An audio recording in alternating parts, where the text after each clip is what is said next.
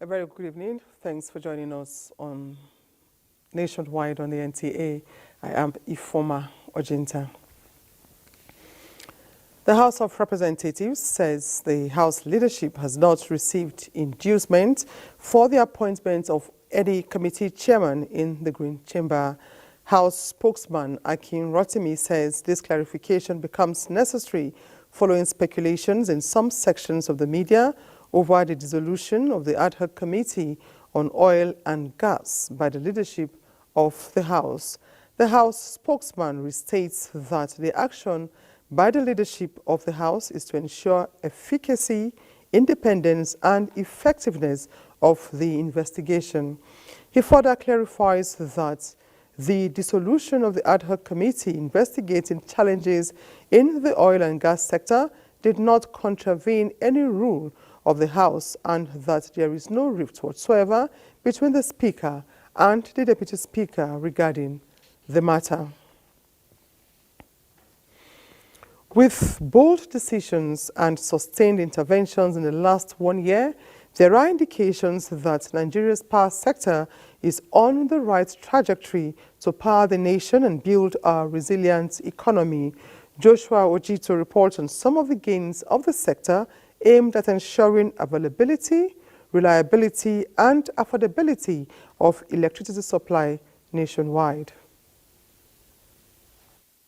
Acknowledging the fact that sustainable economy is built on availability of electricity supply, the current administration says initiatives and interventions to ramp up generation and strengthen capacity of the grid are being implemented. Notable among is the concessioning of the newly built Zungeru hydropower plant, which is already generating additional 700 megawatts of electricity to the grid, as contractors have been mobilized to resume work on sites of abandoned power projects.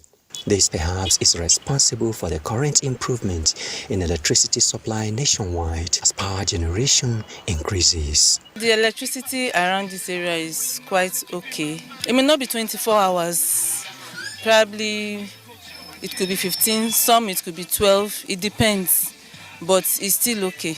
We have been able to stimulate demand because the discourse must meet a minimum supply for band A, you understand?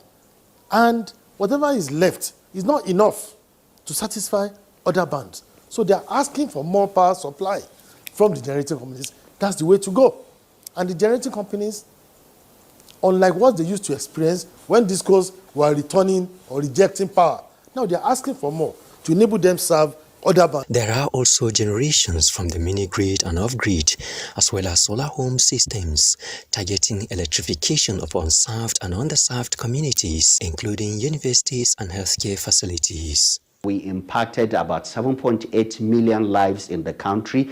We have connected 1.8 million houses. We have developed 150 mini-grids and also deployed over 1.5 million solar home systems across the country. Although Nigeria is yet to achieve energy sufficiency, but industry players believe that if the current momentum of interventions in the sector are sustained, the country will achieve its target of improved supply nationwide.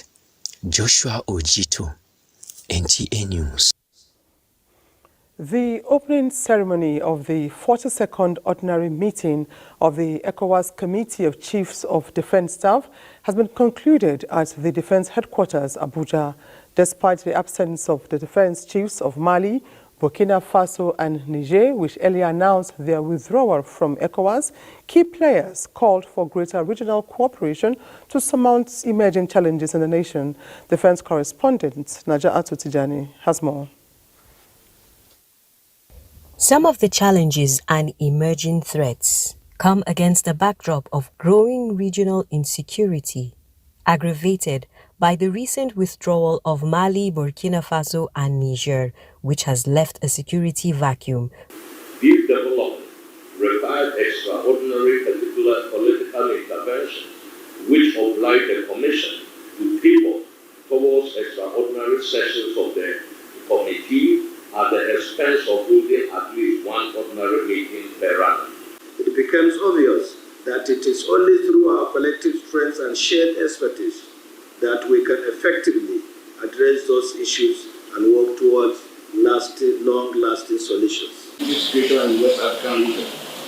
Your presence here today reflects a shared commitment and dedication towards building and maintaining a secure environment for the safety and well-being of our people. Then we need to ensure that democracy continues to flourish in our region.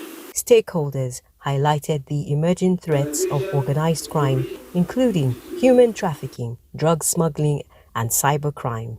In the coming days, one can expect to see more on regional security, counter-terrorism, and other salient issues in the region, including training and retraining of personnel and more joint cooperation. It is also expected that there will be a discussion on filling the gaps that the withdrawal has left, especially in the areas of counter-terrorism. The outcome of this meeting will be crucial in shaping ECOWAS' response to the emerging security threats in the region, say industry players. Naja'atu Tijani, NTA News. Following the recent disorder in a number of cities in the United Kingdom, British High Commissioner to Nigeria, Dr. Richard Montgomery, has assured the large diaspora population of Nigerians in the UK of their safety and security. In a meeting in Abuja with Chairman NITCOM, Abike Dabiri-Erewa, the UK High Commissioner said 12 towns in total were affected by the disorder and assured her that the UK government is doing everything possible to restore calm and normalcy to the affected communities with the setting up of 60 special courts comprising of the UK police and legal operatives to look into the criminal disorder. Dr. Montgomery equally informed the NITCOM boss that about 430,000 visa applications by Nigerians were successful this year, but advised visa applicants to apply by themselves and be circumspect of agents. The NITCOM boss, while applauding the UK government for its timely interventions, particularly the arrests made so far, advised Nigerians in the UK to stay safe and be cautious of their surroundings, particularly at this time. Ethnic and opinion leaders in Rivers State want protesting youths to exercise restraint and be hopeful beyond the present economic challenges the nation is going through. This comes as the Nigerian police warns that it will deal with any group that attempts to use the platform of the protest to disrupt law and order in Rivers State. Kingsley Amajiri reports. Across different zones, residents in Port Harcourt have called on the youths to exercise restraint, noting that the steps taken so far by President Tinubu's administration would have enduring legacy for posterity. Everything any country in the world needs to be great. Nigeria has it. And that is why I know that this country will be a world-class country in no distant time. Tinubu's government is only 1 year in office. He made this crisis. And from what I'm seeing, he has put some measures on ground, for the future generation. I have listened very carefully and attentively to the address of Mr. President. It went very far to reassure the nation. I would think that the government should look in this direction to ensure how they could engage many more of these idle hands into productive purposes. The Nigerian police, alongside other security agencies in the state, have continued to ensure law and order prevails. In Port Harcourt, Kingsley Amajiri, NTA News. Let's now bring you more reports from our Lagos Network Center, and Hingino is our guide. Hello, Hingino.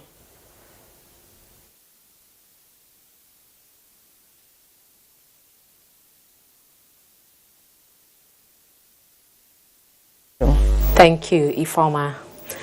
Nigeria is sailing smoothly towards becoming a pharmaceutical hub, with government and other relevant agencies working towards stimulating local production to meet the 10 to 20% target from level 0 by 2030. The National Agency for Food and Drug Administration and Control, NAFDAC, has engaged experts on unlocking the health value chain at its second regional workshop on manufacturing of active pharmaceutical ingredients, APs, and excipients in Nigeria, developing guidelines and regulations. Data from the World Health Organization reveals that in Africa, between 70 and 100% of medicines and other medical products are imported, with limited or no manufacturing capacity for active pharmaceutical ingredients, APIs, excipients, and medical devices. These experts from sub-Saharan Africa are here at the instance of NAFDAC to address the problem. When you talk of access to medicine, then you have to unlock the healthcare value chain.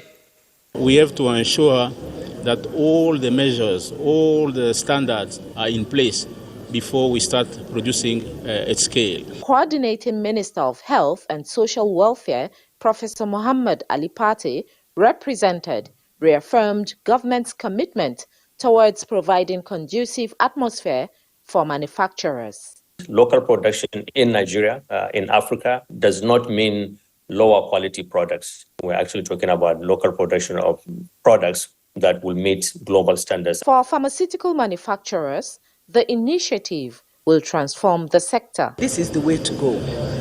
Right now, we import every API that we use to manufacture medicines in Nigeria. And when you import, it increases your overhead. Nigeria is now on maturity level 3 and heading towards 4, an impressive development which experts believe will position the country as one of the major pharmaceutical manufacturers in Africa. For Nigeria's growth trajectory to be further propelled, there is need for reorientation and attitudinal change by citizens in carrying out their civic duties. This and the need to see governance as a collective responsibility, Nigerians say, is germane for the nation to attain greater heights. Joel Popola takes a look at why some Nigerians have apathy for civic duties. Everyone is desirous of a better Nigeria, but many, according to experts, are oblivious of the fact that this desire can only manifest if they play their own part as responsible citizens.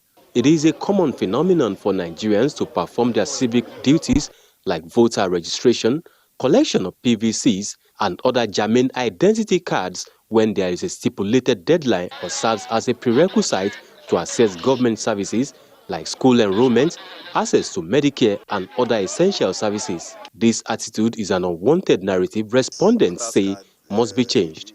If we are more committed to any issue, we'll be up and doing. I was trained to be proactive to issues. We have this nonchalant attitude towards things, and we absorb things easily. Not until we are being pushed to the wall. That is when you will see us do this, do that, to start running it and scatter to do things. So I think we can do better. Good governance is easier to achieve with good citizens who are accustomed to the performance of civic duties. We like to pass buck. We don't like taking responsibility. We like to look for who to shift the whole blame to.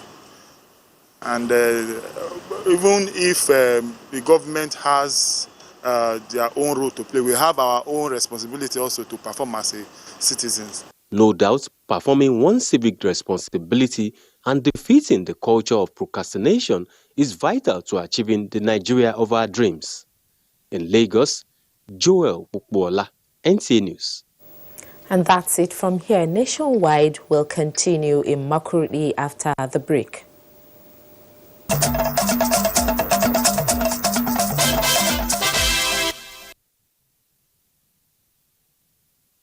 Welcome to Maiduguri. Borno State government has resettled another 1,500 households from 10 communities in Bama local government, with a call on them to be resilient and work to rebuild their life through agriculture.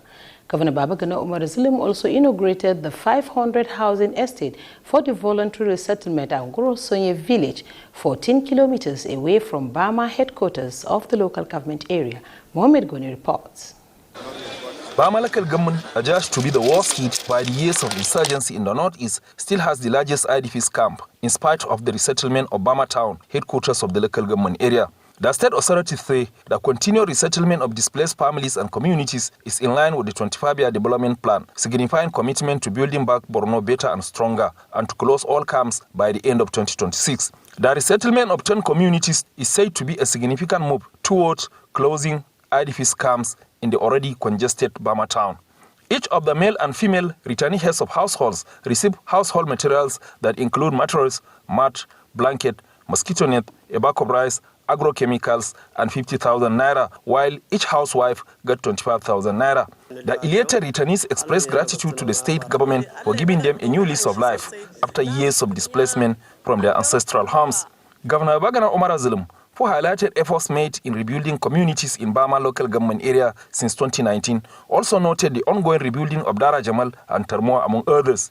The essence of our resettlement in a dignified manner is to ensure that people will start earning their means of livelihood by themselves. No any government can afford to distribute food and non-food items to the increasing population growth of Borno State. Permanent Secretary in the Ministry of Reconstruction, Rehabilitation and Resettlement, Ali Goni, restated commitment of the ministry to voluntary resettlement drive of the state government and appreciated Governor Zulum for the continued support to the ministry to discharge its statutory responsibilities. Chairman Ad hoc Committee on Resettlement of Bama, Abba Jato Mohamed, appreciated Governor Zulum for impacting on the lives of citizens through resettlement and resuscitation of livelihoods. The governor proceeded to Dara Jamal village to inspect the ongoing construction of 500 housing estate to pave way for resettlement of the community, during which the governor announced that additional 2,000 non-permanent shelters will also be constructed to accommodate neighboring settlements. In Maiduguri, Mohamed Goni, NTA News. As part of effort to combat desertification and promote environmental sustainability, Borno State Ministry of Environment has launched the planting of 10 million seedlings. Governor Babagana Umar Zulum kicked off the initiative to restore the state's ecosystem and mitigate climate change effects. Again, Mohamed Kone reports. During the 2023 tree planting campaign, the state authorities directed planting of 10 million seedlings in the 2024 tree planting to address the environmental challenges occasioned by the Boko Haram insurgency and desert encroachment, leading to loss of substantial parts of the state's vegetation. Governor Bagana Umar Zulum reiterated commitment of the state government to preserve the environment and directed the 27 local government areas to make provision for planting 300,000 seedlings each in their 2025 budget. I want to urge the Ministry of Environment to work, the Ministry for Water Resources, the Ministry for Agriculture, the Ministry for Energy and Synergy. They are going to promote the objectives of the Borno State government of planting 10 million trees this year. The governor also noted that in addition to planting trees, his administration had put in place several initiatives to reduce carbon emission, including procurement of electric vehicles, among others. Director General and Chief Executive Officer of the National Agency for the Great Green Wall, Saleh Abubakar, represented by the agency's Director of Planning and Policy Coordination, Habiba Usman, applauded the Borno State government for initiating programs aimed at protecting the environment, including creation of State's Agency for the Great Green Wall, describing Governor Zulum as environmental champion. Commissioner for Environment Ahmed Kois appealed to non-governmental organizations, clubs and associations and the public to collect assorted seedlings from the Ministry for Planting. In Maiduguri, Mohamed Goni, NTA News. Those are the trending stories from Maiduguri. Nationwide continues with Ifeoma in Abuja. Ifeoma, is your turn. Thank you very much. Now the need to put an end to deforestation and promote tree planting, growth and maintenance to reduce the impact of greenhouse gas emissions on humans was discussed at a workshop in Lokoja. The event also focused on developing environmental rights and policies for women and youth. The world continues to face the impact of climate change, with Kogi State in Nigeria being one of the regions affected. Annual flooding in the state causes fatalities, destroys livelihoods and damages infrastructure, particularly in Lokoja. Additionally, the unsustainable exploitation of natural resources, especially coal, has led to environmental damage and health risks due to illegal mining. In response to these challenges, the Climate and Sustainable Development Network and Green for Life Initiative organized a workshop for women and youth on environmental rights, accountability, and policy development for green growth in Kogi State. By the time we keep falling trees, destroying our forests just because we are hungry, no sooner than later, the disaster will be worse than hunger. And so we continue to encourage people, please stop deforestation. The world is at war today with a common enemy which we do not know, and that common enemy is the climate change. This effort is one of the ways to mitigate against all this climate change negative part of it. So it's going to be a policy in the university now. As part of the initiative, trees were planted to mitigate the effect of climate change on the university community. The Minister of Arts, Culture and Creative Economy, Hannatu Musa Musawa, has inaugurated the technical committee responsible for implementing the construction of the King Jaja of Opobo Historical and Cultural Center in Opobo, Rivers State. At the ceremony in Abuja, the minister said the project signifies a milestone in taking Nigeria's art and cultural heritage to enviable heights. She noted that the center aligns with Nigeria's vision of utilizing the arts, culture, and tourism sectors to create job opportunities for the teeming youth and contribute to the nation's gross domestic product. She also highlighted the project's objectives, emphasizing the importance of partnership and collaborations. And Jenny Bassi is standing by in our Port Harcourt Network Center to bring us more reports on Nationwide. It's over to you, Jenny. Thank you very much, Ifeoma. Good evening and welcome to Port Harcourt. Rivers State Governor Siminalayi Fubara has inaugurated a world-class oxygen plant that will cater for children with low birth weight and other respiratory conditions in the state. Osinachi Sanwil reports that the project, which is in collaboration with the federal government and United International Children's Emergency Fund, UNICEF, is the first of its kind in the region. The medical oxygen plant was built and installed by UNICEF in collaboration with the federal government of Nigeria, Canadian government, and IHS Towers, a huge investment directed at Rivers State. Governor Siminalayi Fubara lauded the federal government and other partners for finding Rivers State safe for such a huge investment. He also called on the host local governments to protect state and national assets in their domain. And I believe that the only reason why this project was allocated to Rivers State was because of our investment in healthcare. And I want to assure you that we are going to protect this project. The oxygen plant has a production capacity of about 135 cylinders of oxygen within 24 hours. What that means is that the facility has up to 720,000 liters of oxygen produced by the plant on a daily basis.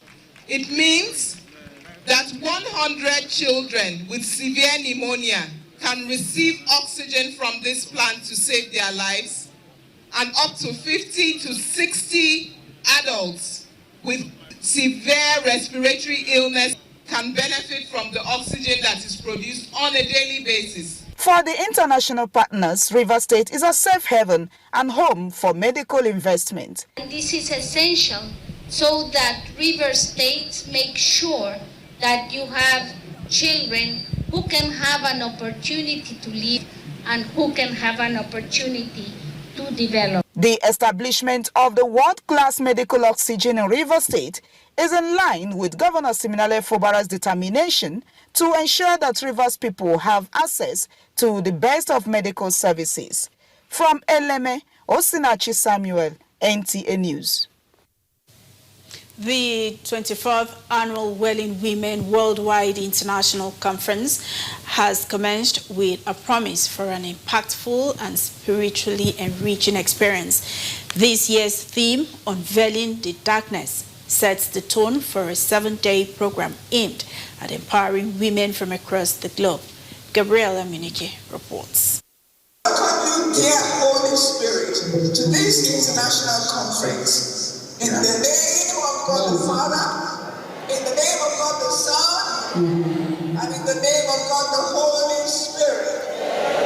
We decree and declare that there will be light in the nations of the world. So much darkness among the youth, among the families, and among marriages, and among nations. So I am so full of expectation. The annual Wailing Women Worldwide International Conference kicked off on Sunday at Abara Eche, Rivers State.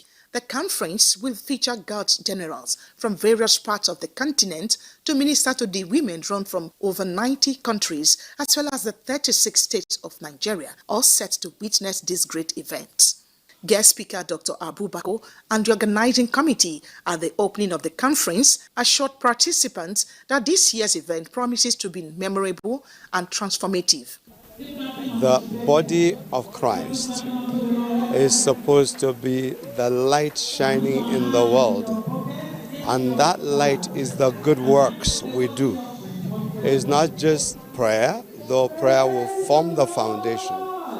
We should go into every single sphere of society. On behalf of His Excellency, Nana Fubara, I pray that our prayers should be the catalyst for change in Nigeria and the Rivers State. To see people come together to praise God with their whole hearts and to give God their all, it makes a difference. It's a time where we drop everything. It doesn't matter what, just to spend time with the King of Kings. And after it, we see the benefits. I have come to rest in His presence, and I am sure that I will not return the same. There is life and progress in obedience. And because we obeyed Him foolishly, we had no idea whatsoever that it was going to be a global move. Wailing Women Worldwide International Conference continues to be a beacon of hope for women, fostering unity and spiritual growth. In Port Harcourt, Gabriel Amunike, NTA News. Benin will be up next on Nationwide after this break.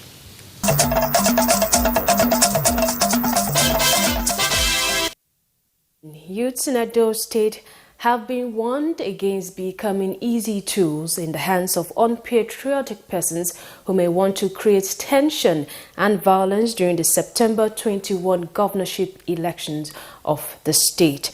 This warning was given at a one-day INEC engagement with youth groups in the state ahead of the elections. Jude Abugu has details. As critical stakeholders in the nation's electoral process, youths are often sought after by political actors to help in planning and the execution of election plans. This INEC engagement with youth groups in Edo State is to remind young people of their roles as social mobilizers and peace ambassadors during electioneering. The idea is for the message to get to everybody in the society so that the activities of the Commission will be understandable by the society. The Commission is developing youth engagement strategy document as a means for a coordinated approach towards youth programming for electoral and civic participation. Presentations by various resource persons focused on the imperatives of youth participation in elections, youth election activities, beavers and new election technology, as well as electoral offences and penalties. You'll be able to go to the nooks crannies of Edo State to mobilize, to sensitize, to raise the awareness and consciousness of the people, especially the youth, on why they must be part of the process. We should not participate as tools for electoral violence, but rather as stakeholders, because this is an election that has to do with our future. The forum is part of the Commission's efforts to make the process more inclusive and participatory to achieve a peaceful and credible election in Edo State. In Benin, Jude Abugu, NTA News. Edo State government has placed restrictions on movement of pigs into the state. This follows the announcement of the outbreak of the deadly African swine fever in Nigeria by the Federal Ministry of Agriculture and Food Security. The State Commissioner for Agriculture and Food Security, Stephen Derry, made government's position known while addressing the Government House press corps in Benin. Goodluck Enaini has details. The commissioner, who described the disease as a threat to livelihood, food security, and the economy, said the state government has declared a state of emergency to mobilize all necessary resources to combat the disease. To this end, he is urging the citizens to take necessary precautions. Edo State, as a gateway to the south, east, and northern regions of Nigeria, is particularly vulnerable to the deadly disease.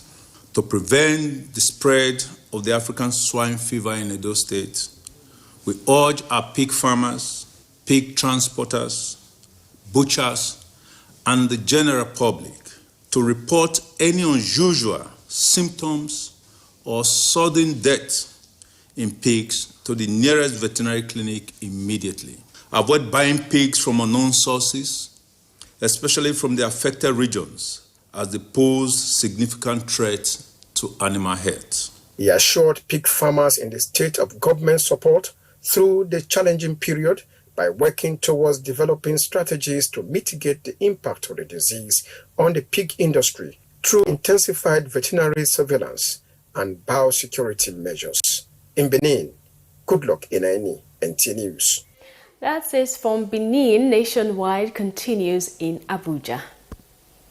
Thank you very much, Anwali. Now, to enhance knowledge on critical roles played by caregivers and older care recipients as catalysts to transform the care system in Nigeria, a two-day workshop on onboarding domiciliary care agency model is on in Abuja in line with care quality assurance framework. Elizabeth Omori reports that the training is at the instance of NSCC and UNDESA to analyze international methods of geriatric care for domestication.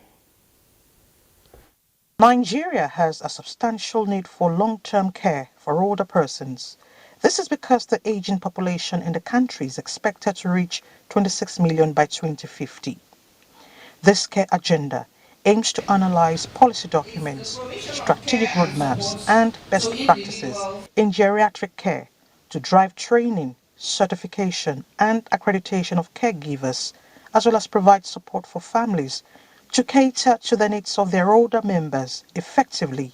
And it should be provided in the way that is most effective and reaches older persons and addresses their needs. Increase investment in human capital development to further strengthen partnership and prioritizing the decade of healthy aging. The move, the federal government insists, will enhance core skills and upgrade traditional care to meet global standards and address the multi-sectorial challenges of older population in the country. Recognize redistributive care work among individuals as well as families, communities, private sector, federal and subnational government. Instead of getting the older person to be resident in a facility, but you now put in an agency, accredit an agency, certify and license an agency with skilled operators to now get the care, the skilled care, with the care plan. It is expected that the working groups come up with adoptable and workable solutions to address challenges within their geriatric value chain. Elizabeth Omori, NTA News. The federal government is making plans to mop up children and youths from the streets through skills acquisition, which is one of the key objectives of the Renewed Hope Agenda. Minister of Education, Professor Tahir Maman, at a stakeholders engagement in Abuja, says the first step is reviving technical colleges in the country. Zenred Stigmun reports. Sequel to the pre-validation of the draft national policy on skills development in Nigeria, the Federal Ministry of Education is making good its pledge to ensure the present administration's agenda on transforming education is fully realized. But first, stakeholders are here to look into the challenges of skill acquisition and profile workable solutions towards achieving the desired goal. We plan to train about 200,000 Nigerians and give them jobs. And the public and private sector are going to be involved in that have the appropriate skilling sets, training sets, will participate in it. So if the technical colleges are well endowed and well resourced, this is an opportunity for you. Technical education, where it's globally pursued, it improves our workforce and also promote and enhance industrial development. This, I've mentioned, key exactly into the 8-point agenda of Mr. President. I'm glad to say that in the last 1 year, we have constructed over 53 vocational secondary schools that have been handed over to the state government in Edo State. The ministry envisages a highly specialized and entrepreneurial youth population in the nearest future. In Abuja, Zenred Dingmun, NTA News. In a bid to restore the integrity of Nigeria's education system, key stakeholders want parents and guardians to cooperate with government in breaking the cycle of corruption practices that have infiltrated university admissions, with fraudsters exploiting loopholes to bypass admissions process. Guests on Good Morning Nigeria are calling for regular audits and periodic checks to ensure transparency and accountability. Olushaya Diagbo reports. According to JAMB statistics, approximately 1 million illegal admissions exist across Nigeria's higher institutions. For the registrar, Professor Isaac Oluyede, JAMB has implemented several measures to curb these illegalities. The law establishing JAMB says that JAMB must approve in consultation with the institution all admissions. So any admission done without passing through that process is deemed illegal. That is one that does not comply. But that is even a small aspect of it.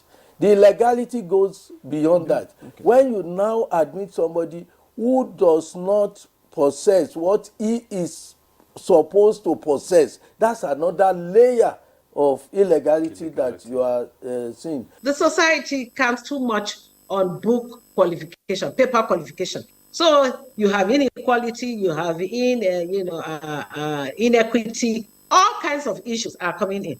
To further address the challenge, it is recommended that infrastructural facilities at higher institutions nationwide be expanded. Other guests on the program emphasized the need for regular audits and periodic checks to ensure transparency and accountability. Whatever you compromise to gain, you will eventually lose.